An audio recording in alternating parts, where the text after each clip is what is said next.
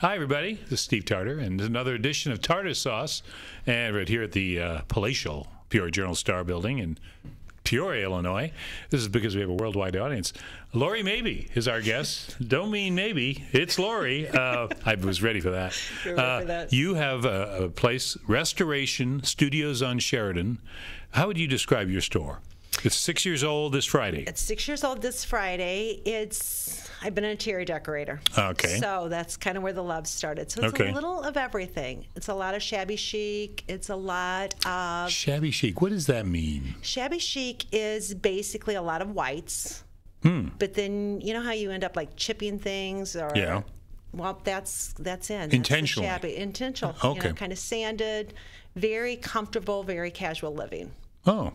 And how's business? Business is great. Okay. And for people who don't know where this is exactly, this is that area of Peoria that's really kind of gone through a renaissance. You've seen it firsthand. They call it the Sunbeam Building, the total building there, but you've also got studios on Sheridan as kind of your part of that Sunbeam Building. The Sunbeam Buildings consist of a lot of art galleries where a lot of artists have, and then we also have retail with it. So there's Urban Artifacts, there's Moon Dancers, there's Excel, there's Japers Glass. So it's kind of, I consider it almost like a little warehouse shopping center. Right. When people get in there, they don't realize how big the area is and what's all in there. So if you're sort of thinking, yeah, I think I've heard of this, Sheridan and Main, basically, if you want to draw an intersection. And Main Street has gone through some changes, certainly that area, and whether you want to say it's Sheridan and Maine, you know, that either side of it, you've seen a lot of artistic things in that area. It's really up and coming, and there's a lot to offer.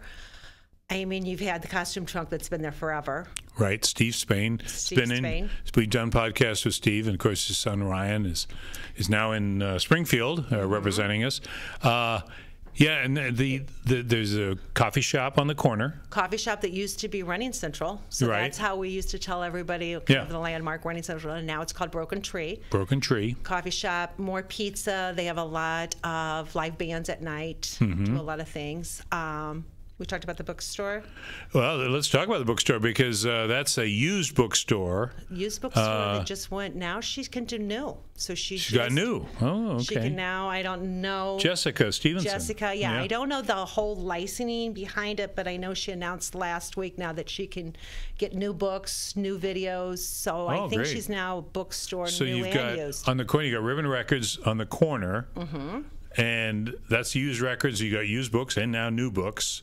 You've got all kinds of art. All kinds of art. You got furniture. You restored things.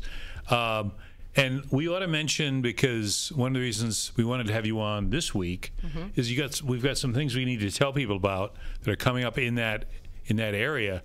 You've got First Friday. First Friday, which is huge. First Friday's really good for us. We actually opened 6 years ago on a First Friday. Was that the first Friday? That was the first Friday of May, and it's a huge crowd. We'll have a live jazz band. We always do. Just Draper will be doing glass blowing demonstrations. Bradley Sculpture. Yes, which has some really awesome pieces setting up. These are the students. The students art. Steve and Michelle just opened up an Escape 60 room. Oh, there. So that's brand new, which I forgot to talk to you about that. So that's a lot of fun. That's become a big craze now. I haven't done it. I want to do it. You go into a room with friends and try to get out. Yeah. Okay. That's, Bergner's is closing, but escape rooms are going. What's going on with this world? We don't know. I think it's like playing the game Clue. Okay. And that like I said, I haven't done it, but it's got great reviews, a lot of people. So that's another fun thing that's hit the building. So that may be, I mean, we don't know, of course, but that may be the future of retail now. It may be that because of Amazon or whatever comes next, you can't compete with that. So now it's all small, locally driven things to do. Exactly. Because you see people probably. How does that work at your store? Do people come in and browse first, or do they immediately have I'm looking for a table, I'm looking for a chair? A lot of people come in, and we've got it set up. I mean, a lot of people either come in and they're like, oh my gosh, they're overwhelmed because I layer pretty good. Or they didn't know you were there. Or they didn't, that amazes me a Yeah, lot. 6 years, there's a lot of people that are still just finding Well, they don't necessarily know where that whole thing is. Yeah. No, and they love it once they get in there. But they like to hang. It's kind of a hanging place. A lot of people, some people call, we'll get everything ready for them. They'll come in, pick it up, out the door. Everybody's in a hurry. Or some people come in and they'll just mingle from store to store. And things change. I bring in new stuff every Wednesday. We have a lot of vintage stuff with a lot of new stuff. So it's a mixture. So it's not just all brand new lines. So it isn't the same old stuff all the time. No. So well, obviously you're selling things that are going out the door, but we're selling you bringing stuff. in. We'll buy high quality furniture that's all wood, and we spend a lot of time resanding, finishing, painting. So all of our furniture, everything in our store leaves just like we would put. Do people come in sometimes and like order things? Like say, I'm looking for a table or a chest of drawers or something like that has this certain look? They'll do that. We have 2 storage sheds, so I'm always have pictures on my phone of things that we have in storage that we haven't got to yet to be refinished and kind of show them what we have. We carry a paint line, so a lot of people are into doing their own furniture. And they can. So they'll come in. So they should come in too. We'll walk them through how to paint, how to get it ready. So you're ready for anybody on all levels. We're ready for anybody. Okay, so that's First Friday. We mentioned that. But then on Saturday, this coming Saturday from 10 to 5, Spring Market. What is Spring Market? Spring Market. So we try to do, some people call them pop-ups, some people call them markets. We try to do 1, 2, 3 times a year. It just depends. So what we'll do is we'll look for local small businesses just like ourselves, of ladies that do different, make different things, and we'll bring vendors in. And this time we're bringing vendors in, plus we'll have Nacho Mama doing food. Where do you set up? We'll have vendors inside and outside the building. Will you be in the street? We will not be in the street this year. So you're alongside. You'll be along Sheridan Road. We'll be in front. We'll be in front of the building and throughout the building. So people won't be able to miss this if they go by Sheridan and Main. They'll see all kinds of activity. They'll see. We'll have a live band outside. We'll have the food trucks in the parking lot. We've got it's family, so bring your kids because we'll have face painting, snow cones inside. We've got popcorn. We've got Popcorn Heaven inside. We've got Simply Sweets by Ashley selling cookies. We'll have the vendors. Draper will probably be doing glass blowing. We're not closing the street this time. There's a lot involved in closing a street that the public doesn't realize. It takes permits. It takes timing. And we hope to do that again. Yeah. But for right now. But I would think, too, and of course, what happens if it rains? If it rains, everybody's going to really love each other and cozy in really close. I mean, you get close to the building, or does everything move inside? We'll move everything inside. As much as you can. As much as we can. That'll be a zoo. Then you can have a new escape room. We can have a new escape room. Say, hey, we're all stuck in here. We've got it. We're pretty much where it's not packed. So if I have to bring the vendors inside, you could. I can. Yeah, because you got room in the back. You've got some room in the back there now. We'll have people in the back where we usually have the band set for First Friday. Right. We also have a patio courtyard where we'll have the tables and chairs out in the lawn for people to eat, but we'll have vendors in there. We have the residence gallery. There'll be vendors in there. We'll have vendors outside our door. We have a flower cart coming where you can get fresh flowers. So there's a lot of interesting different vendors. Who plans all this? We're co-chairing it with Urban Artifacts. So Angie Walker and myself have been working on it. It's so great to see these things happening when the perception I have of that area of Peoria is that it's like the mom and pop stores. Exactly. That have, the city is probably a good partner because they've done the road, and made it a little better because it isn't quite as fast as the traffic used to move there. But the business has really come as a result of individuals. It has. Everybody. Not rich people necessarily. No. Everybody that's in there that has, Moon Dancer Julie Vanaken's been around, 18 years? She's in there. There's just a lot of independent artists, making a business, a lot of us. And you said now, on that basis, Bradley students are using you guys as a small business? They are. Explain that. So they pick, if I get this right, I believe you filled out an application back in January. And The students did, or you did? The small business people. Small businesses. And it didn't, you could be starting up or you could be brand new. And then they go in and they narrow down the search to, I think they narrowed it down to 60, and then they narrowed it down to 20. And we were lucky enough to be in there, so they chose us. So this morning I met with them. It's the end of the semester, and I call it my manual. I have 118 pages. Wow. Of their surveys and their studies. So what will these students do? They basically went out and they looked at everything from marketing to finance, just to everything that you should know as small business. And they make a report? And they made a report. They made it already? And yeah, that's what they handed this morning. So now you've got a whole plan? Now I have a manual of 108 pages to go through and see what we're supposed to be doing that we haven't been doing. Wow. But the other thing that I wanted to bring attention is the medical field. We get so many people from down at the bottom of the hill coming up. Visits us, and it's a great, lunch hours. Not far to come, really. I mean, so that's a big draw for them. People that come in from out of state and are having tests and different things. So we see a lot of people in town for doctor visits. Yeah, because I'm surprised that they haven't. The medical community hasn't crept up the hill. I'm hoping that they do. That because they keep adding down there. Yeah, I mean they're right there at the base of the hill, but it hasn't quite come up. We're talking about Main Street Hill for people who don't know Peoria, because Main Street is a fascinating street, and you just had in that building where you are a display of plans. I guess you could say you just talked about Bradley students making plans. University of Illinois architectural students. It's a gorgeous plan. They have plans for all kinds of things to do on Main Street. That I think, and again, I didn't get fully involved with it, but the explanation I heard was these plans allowed you to do it incrementally. In other words, you didn't have to do a sweeping. Right. Oh, we're going to knock that building down and build, a high rise. It's more, well, in between those buildings there's space and you can do something there, and you can do this, you can put benches in, or they really want to bring in the green space, the bike trails. I mean, biking's really big in Peoria, and I mean it was gorgeous. Right. And of course you get movement on Main Street. I mean, you're talking about Bradley at one end and the downtown on the other. Medical is right there and sort of in between.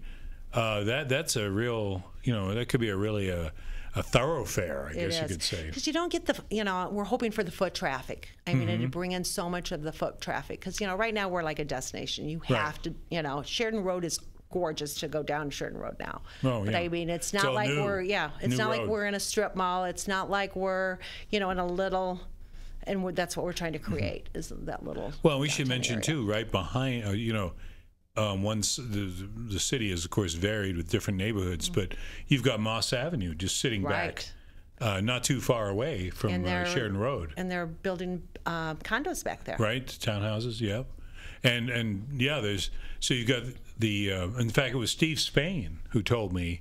Haven't done anything with this yet. Sometimes people tell me things. They expect to see a story in the paper, and it's coming. It's coming. If Steve's watching it, it's on paper. Coming.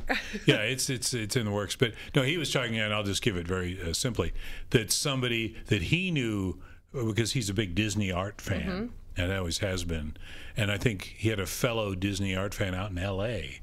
who they contact, online and all this stuff. And the guy said, and I think he had a male partner, that he wanted to leave L.A. after 30 years. And he was looking for a place. He kind of threw it out to his social media friends. Well, you got any ideas? Well, Steve said, hey, how about Peoria? Well, you think, come on. Yeah, Peoria. L.A., you're going to go to Peoria. LA to Peoria. When you can go to Austin or, Santa Barbara or wherever it is. Well, they came to Peoria because they liked Moss Avenue. And they said there was nothing gorgeous. And they bought a house there, and we'll do more on that later. They're also supposed to. Is it Greeley? There's a school up there. Yes. And I've seen talk where a bunch of artists are talking about. Right. I think that's been. It's good. That's over there by downtown. There's a little bit of a snag there because I think there's another state facility. They need to work that out. For the school, but if they take that over, what a great use for an old school to have it become an art center. An art center.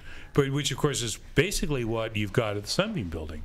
Right. And by the way, I'm showing my age here, and I'll admit it. I don't have any pride. It's like when I was a Bradley student, I lived off campus for a couple of years, and we lived on Greenleaf, which is over by OSF. Right. Well, I didn't have a car. I had roommates who had cars, so when I missed the ride back at night, I would walk down Main Street to Greenleaf. Well, hey, you're 18 or 19, 20. Come on, I think you can make that walk. I remember the smell of bread at that corner. Well, you'd smell it before you got to that corner. But Sunbeam has always struck me, and I'm sorry here because I'm sure people out there love Sunbeam bread, but Sunbeam always struck me as that spongy white bread that didn't really go for, but the smell of it was tremendous. They could have packaged that. Yeah. They'd probably still be producing bread. I just remember the little girl on the package. They yeah. had the coloring Very contest. Cute. The little girls. Yeah, like kind of with the butter and all that. But I remember Main Street as the big cruising. Oh, yeah, Steak and Shake. Yeah, Steak you and cruised Shake. Main Street. Well, exactly, and of course, that makes so much sense because it made sense you would cruise on Main Street because at one time you had all the car dealers there. Yeah. Because I know I bought a Datsun B210, a green Datsun B210 in the 70s. That I don't think I ever knew anything about cars because it was the first new car I ever bought, and I don't think I ever changed the oil on the darn thing. And little wonder it didn't last that long. But that was Jim Smith Datsun, who was one of the car dealers there. Of course, there were many up and down that whole street, and that's why those buildings are so neat. Those buildings are so cool because they house they have elevators that can move cars up and down. And I don't know why you'd need to do that now, but you can do that. You were saying now you're interior decorator. I started Creative Designs about 31 years ago. So that's my love, passion is decorating. You still kind of do that on the side? That's what I do. That's kind of why we have off hours of Wednesday through Saturday. Is the rest of the days we're out in the field still decorating. We do residential, commercial.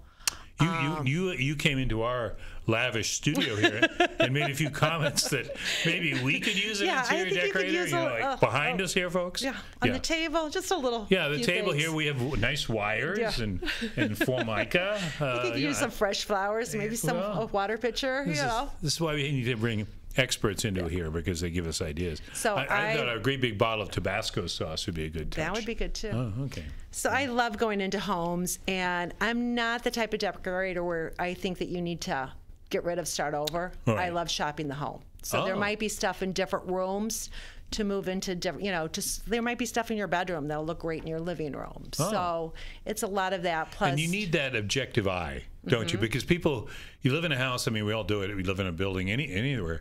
You're just used to it. You're used to it. That's what it is. And then someone else comes along, and moves it over. And it's like, why didn't I think of that? Oh, yeah. How come? And a lot of people don't know where their focal point is. It's like when you come in a room, what's the first thing you see? And try to get the rooms to flow from room to room. So that spinoff created Restoration. So Restoration has a lot of things that we would use in homes of decorating.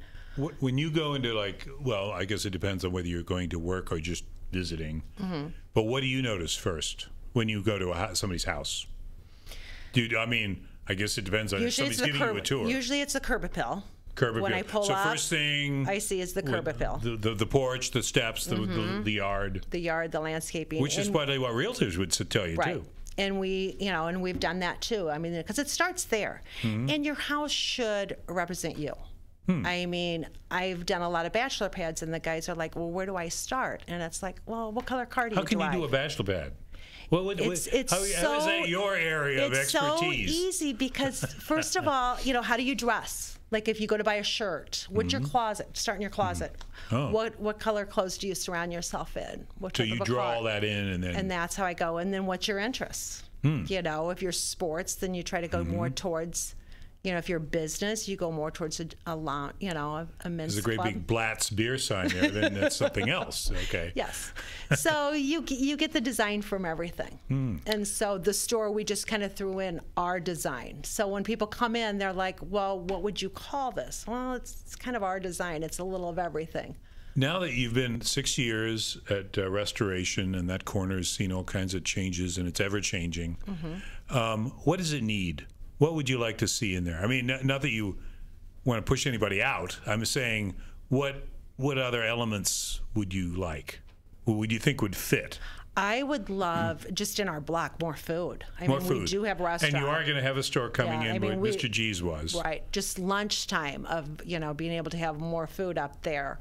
I'd love to see retail keep going, of just, a little community of retail and restaurants. Does it alarm you when you hear Bergner's closing, Toys R Us closing? It's really, it is scary because, there is so much memory at all of those stores. Yeah. And all of, the different restaurants, all of that closing, and everybody, Amazon's taken over. I mean, now what scares me next is everybody's doing all their grocery shopping online. Are we going to lose our grocery stores? Well, and it's really you tough. wonder. Yeah. And I know when I'm decorating, yes, you can order a lot, but I want to feel everything. I want to touch everything. And what happens if you're getting ready to go somewhere and you need to pick up a hostess gift? And you can't find something, or people don't realize, the convenience of online shopping is great, but if you need to run out and grab something for a teacher or a birthday gift in last minute, because we get busy. But I've always appreciated small business, but now owning a small business, I even appreciate it more, because how many people go in and think, how many ice cream cones do they have to sell to pay rent? Right. The things you don't think about. It's well, scary. And personnel. You have to. Who's going to be there? When are they going to be there? What do you find? What are your busy times at your place? Is it a varies off the map, or does it certainly 2 to 5 or something? It varies. Usually, right when we open. So you open at 10? We don't open until noon. I get there sometime at 11. So from like noon to 1, and then there might be like an hour drop off, and then 3 to 5. Well, somebody brought this up because you think of hours 9 to 5 all the time, and really that doesn't always apply, because I had somebody say to me that their son was in town, and he works, I think, at a museum in Chicago, and the mom was taking him downtown to show the museum that we have, the Riverfront Museum, and it was closed. It was 5 o'clock in the evening, I guess, it was closing, and he wondered why. He said, "Why would you be closed at 5?" Because up there, they start later. They don't start in the morning. They start at noon or in the afternoon and run till 7 or 8, because people after work can come by. So you have to start thinking about things like that. But I was just thinking, when you mentioned Amazon taking over the world, I just read in the Wall Street Journal that Amazon, is looking for the second headquarters. I proposed Peoria, by the way, but that would be great. They didn't fall for that. Didn't send me a note that said thanks, Steve, for that. I didn't get a note from Jeff giving any kind of acknowledgement. But the thing that kills me about Amazon is they are so big for their britches now. They are telling cities that didn't get. They've narrowed it down. Well, like you said, that Bradley narrowed it down to 20. Well, Amazon's narrowed it down to 20 cities that they're going to pick from out of however many they had, hundreds. And they're telling these other cities that didn't make the cut, well, here's what you need to do in the future. Work on your transportation, or work on your airport, work on your, it's like, hello, you're just a business. Run along. Don't tell me these things. But the thing, too, with Amazon is that people don't realize is you're getting all of our business. Where's our sales tax going? Oh, well, that's a big issue. That's a very big issue. It's just a vicious circle. Well, here's Illinois, up to its, eyebrows in debt. They could use that money. I listen to a lot of business podcasts and different things like What's that. What's your favorite? You, of course. You're right there at the top. If we had that flashing sign behind me. You need that sign, thumbs up, like. And a lot of them said that a lot of the small businesses are going to special hours, that people they don't want the open 7 days a week, open from 10 to 5 or whatever, that they would rather fewer days, different hours. That way they're more of a specialty store. Well, I mean, and you see it, you've been at Galena? Yes. Okay. Love Galena. I know. I mean, Galena's usually gets, like when the Illinois tourism thing, Galena gets it because it gets Chicago business, it gets this, it gets that. But the one beautiful thing about Galena, and I think Peoria Heights is doing it, and now Sheridan and Main is getting it, is you have this collective thing. You can wander, and it's the old buildings, of course. Right. And, of course, thankfully, they have the old buildings. They've restored a lot of them. But it's something, it's comforting to do that. I mean, I'm no shopper. I mean, that's for sure, because most of the time I don't know what to look for. But at least it's, good. There's a restaurant to go here. somewhere. Yeah, just to go outside and walk around and there's go history. somewhere. I mean, you may not be a history buff because everyone says, "Oh, you don't have to be a history buff. You just you have an appreciation for what happened before." And that's what's kind of cool about our building, because we do get a lot of husbands and wives, and they like to come in, and you can the guys can go off and tinker. They can go down and see John Walker, and you see your childhood toys. You see different things. Urban artifacts. Artifacts, yep. And the women that come into our store, milk glass. It's like, oh, my grandma had milk glass. We do a lot of milk glass and a lot of china. And milk glass? Yeah, it's called milk glass. So it's just white glass. Oh, okay. But the name of it's milk glass. Okay. And they like to come in. They'll go back and see Draper blowing glass. It's just a place to come in, and you can shop, but it's a fun. You don't have to. I mean, we're not telling you not to, of course. Exactly. But it's like, just take it as it comes, because obviously, you're getting fewer and fewer choices, folks. Exactly. I mean, if you want to go shopping, look around, go to the malls, go to the shopping centers. We need you. Yeah. Well, and maybe this is, the media, of course, is always known to pick up on things, but media apocalypse or retail apocalypse. Excuse me.